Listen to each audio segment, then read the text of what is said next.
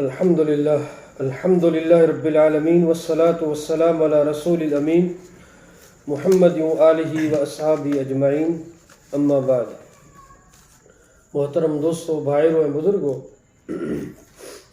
सूरह निसा जो मुतालो हली रहियो आहे ऐं सूरह निसा जी इब्तिदाई आयतूं असां पढ़ियूंसीं, जंहिंमें अल्लाह ताला इहा ॻाल्हि बयानु फरमाई इब्तिदा में त समूरी इंसानियत हिकिड़े ई इंसान मां पैदा कई वई आहे, जनाब आदम अलैहिस्सलाम खां, ऐं उन नस्ल मां ई अल्लाह ताला वरी उनजो जोड़ो पैदा कयो।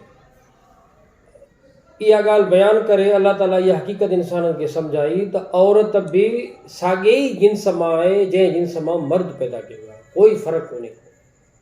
औरत का कमतर शइ न आहे, औरत बि उन साॻी जिन्स मां पैदा कयो आहे जंहिं जिन्स मां मर्द खे पैदा कयो आहे।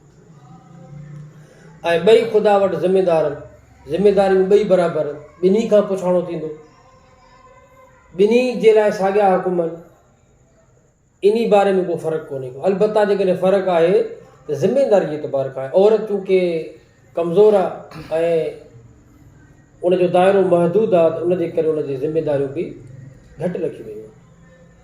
सिर्फ़ु फ़र्क़ु इहो आहे, ॿियो कोई फ़र्क़ु न आहे।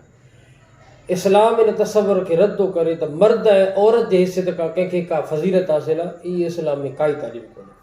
इहो ई मर्द आहे, तव्हां ॾिसो त औरत जॾहिं हुनजी माउ थींदी आहे त हुनजे पेरनि जे हेठां हुन लाइ जन्नत हूंदी आहे, इहा साॻी औरत हूंदी आहे न। त इस्लाम इन शइ खे नथो मञे। इहे माण्हुनि जी अलबत्ता ग़लति प्रोपेगेंडाऊं आहिनि या ग़लति फ़हमियूं आहिनि जेके माण्हुनि सम्झियूं आहिनि, या घटि इल्म जे बुनियाद ते मबनी कुझु शयूं माण्हू बयानु कनि था। अल्लाह जे किताब में का बि अहिड़ी शइ कोन्हे। ऐं उनखां पोइ अल्लाह ताला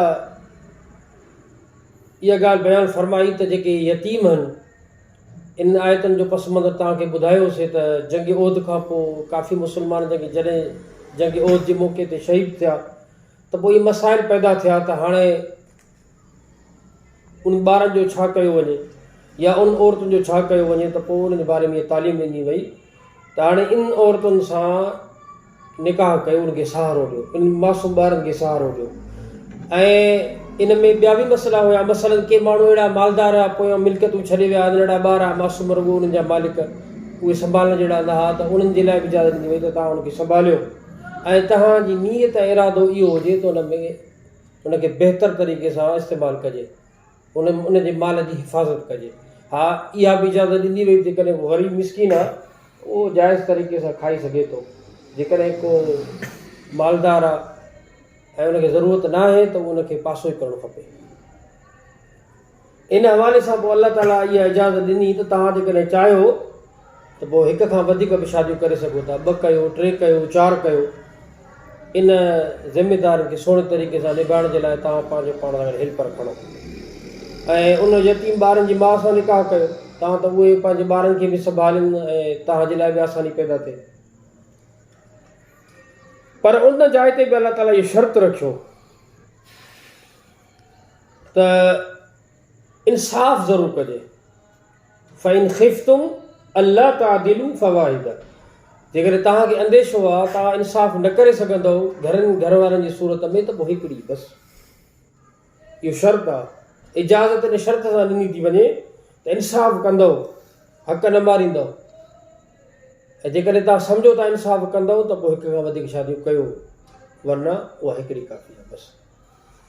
ऐं ॿी ॻाल्हि इहा चई वई औ मां मलकत ईमानुकुम, या वरी बानियूं, यानी घरवारियुनि खे तव्हां हक़ नथा ॾेई सघो त बानियुनि जा ओतिरा हक़ न आहिनि, उन में रिआयत आहे। इन जाइ ते असां पहुतासीं। पोइ हिते इहो मसइलो ज़ेर बहस आयो त बानो या बानियूं इहे छा आहिनि, इस्लाम इन मसइले खे कीअं मोल ॾिनो, इनखे कीअं हल कयो, या दौरे जदीद में इहो वॾो हिकिड़ो सुवालु उथारियो वेंदो आहे इस्लाम जे हवाले सां त इस्लाम ग़ुलामीअ खे रवा रखियो। त इन शइ खे बि थोरो सम्झूं असां। पहिरीं ॻाल्हि उसूली तौर ते इहा सम्झो त ग़ुलामी का इस्लाम जी पैदावार न आहे। ग़ुलामी पुराणी आहे, इंसानी जेतिरी तारीख़ आहे ओतिरी ग़ुलामी बि पुराणी आहे। इन जे बारे में का मुतयन ॻाल्हि का नथी करे सघिजे त फलाणे दौर खां वठी ग़ुलामी शुरू थी आहे। ग़ुलामी अलबत्ता पुराणी आहे, इंतिहाई पुराणी आहे। ऐं ग़ुलामनि सां जेको सलूक रवा रखियो वेंदो